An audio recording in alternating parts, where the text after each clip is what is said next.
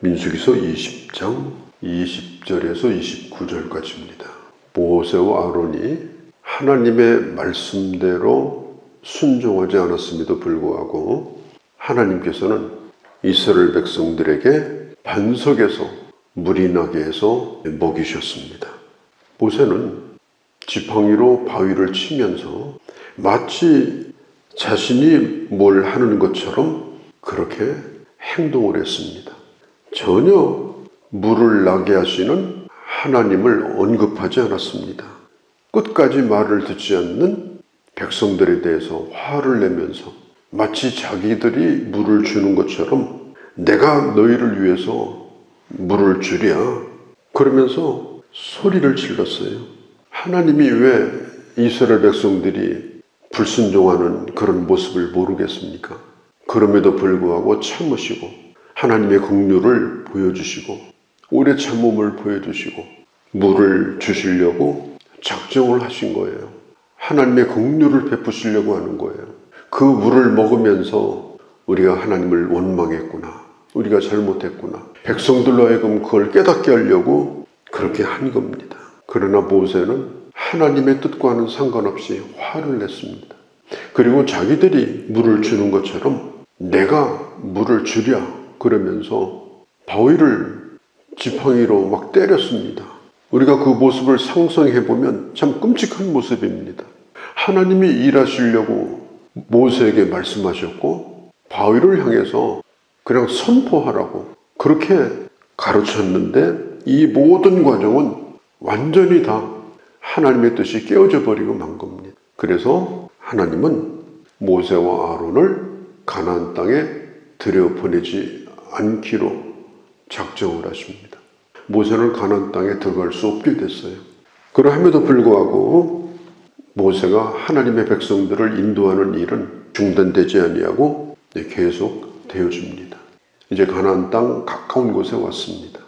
그렇지만 가나안 땅으로 들어가려고 하면 통과해야 될 곳이 있어요. 거기가 어디냐? 에돔이라는 나라입니다.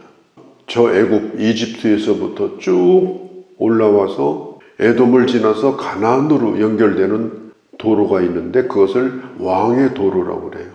이 도로는 아주 오래전부터 수많은 나라들이, 수많은 장사꾼들이 장사를 하기 위해서 걸어갔던 길입니다. 마치 실크로드 같은 곳이에요. 그 도로를 따라서 가겠다. 그렇게 북쪽으로 올라가겠다. 에돔 왕에게 문서를 작성해 가지고 허락을 해달라고 요청합니다. 말하자면 형식을 갖춘 외교 문서예요.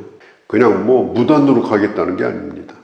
그러면서 하는 얘기가 뭐냐면 당신의 형제 이스라엘에 우리가 당한 모든 고난을 당신도 아시거니와.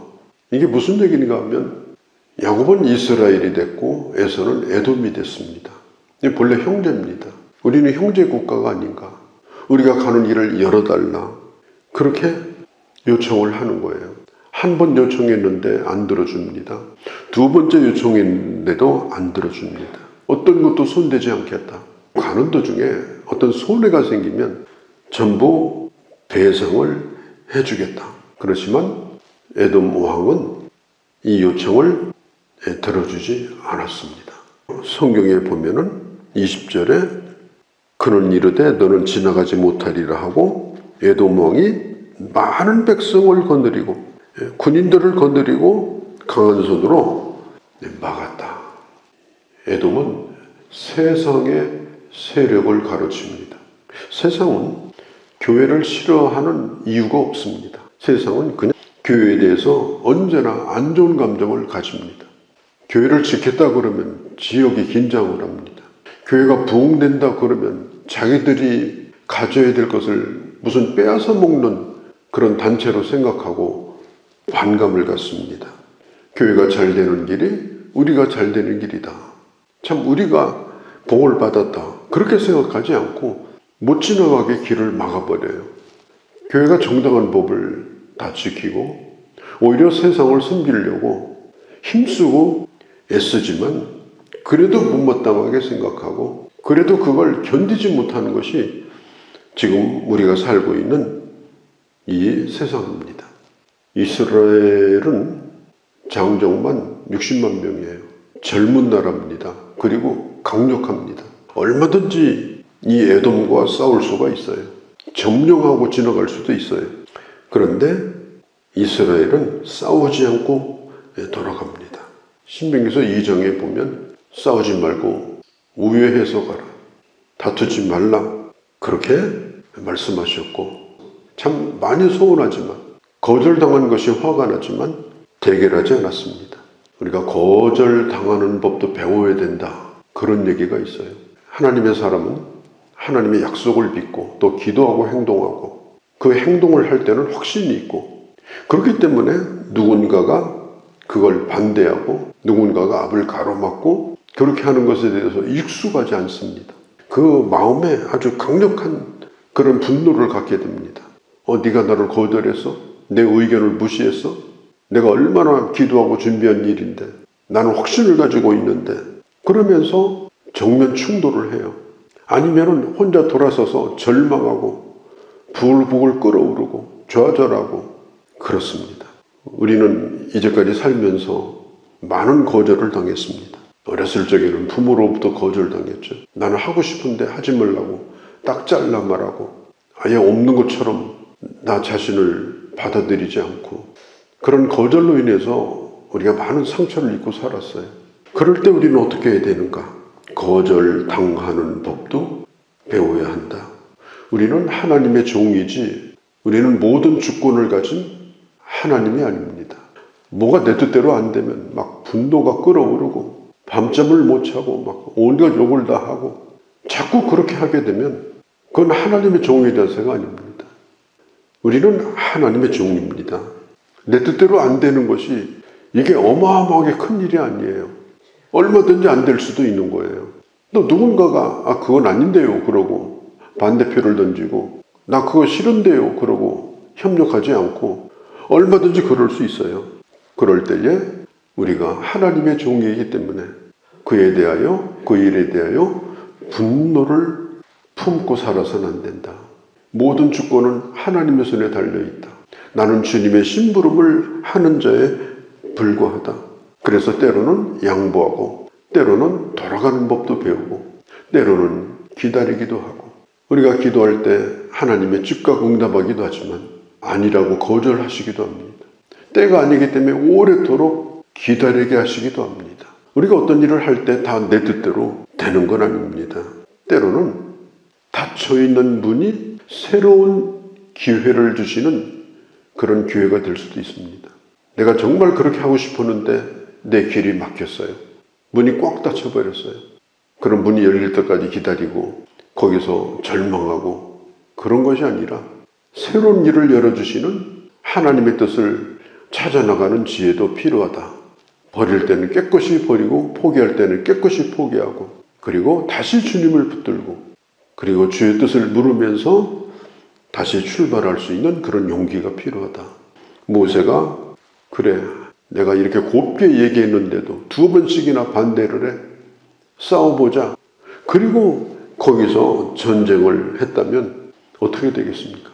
이제까지 하나님께서 인도하신 그 모든 역사가 다 허물어져 버리고 마는 거예요. 모세는 하나님의 뜻대로 다시 돌이킵니다.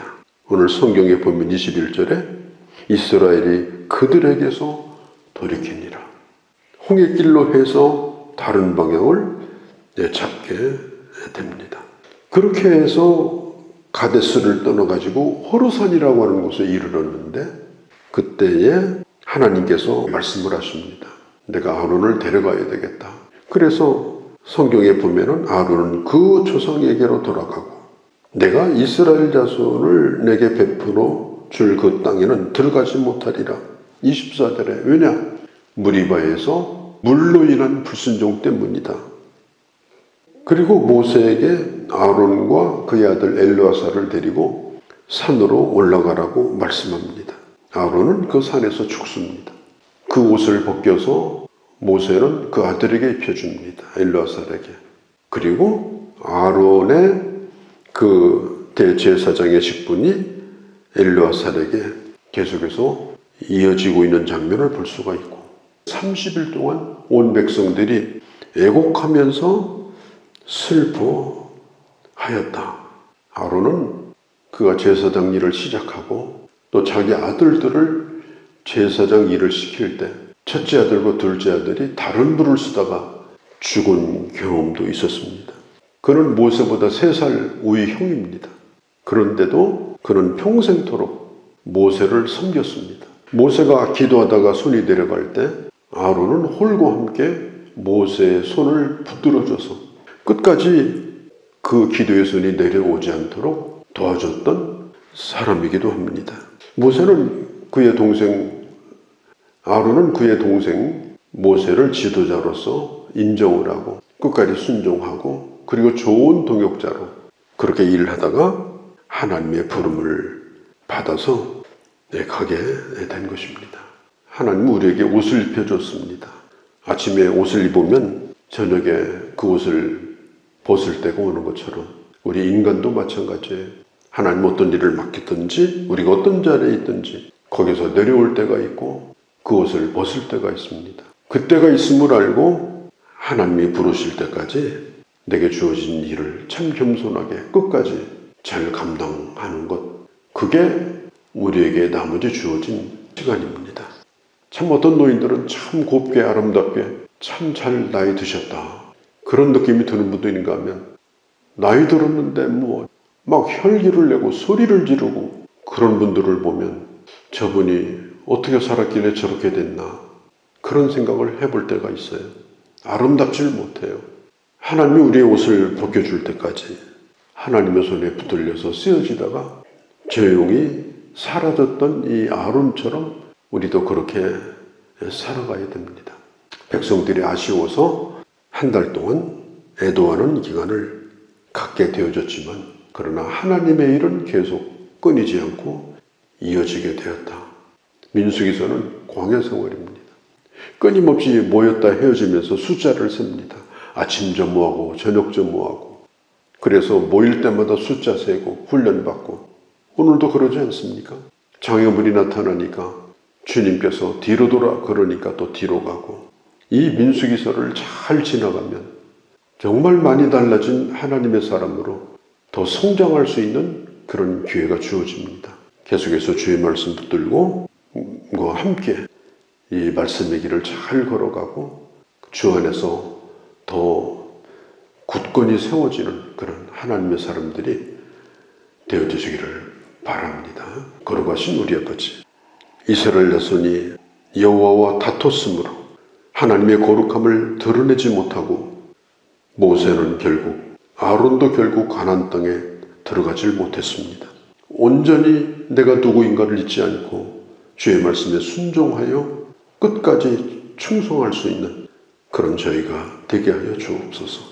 때로는 장애물을 만나고 때로는 거절을 당하고 이것이 하나님의 뜻이라고 생각하고 여기를 왔는데 길이 막혀 있을 때 거절당하는 법도 배우게 하시고 새로운 길을 찾는 지혜도 배우게 하시고 특별히 내가 하나님의 종임을 잊지 않고 온전히 주의 손에 붙들려 주의 뜻 가운데 걸어갈 수 있는 지혜를 용기를 저희들에게도 허락하여 주옵소서.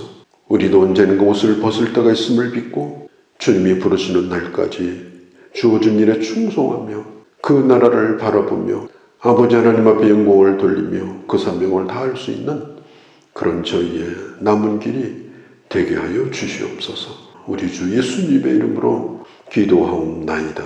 아멘.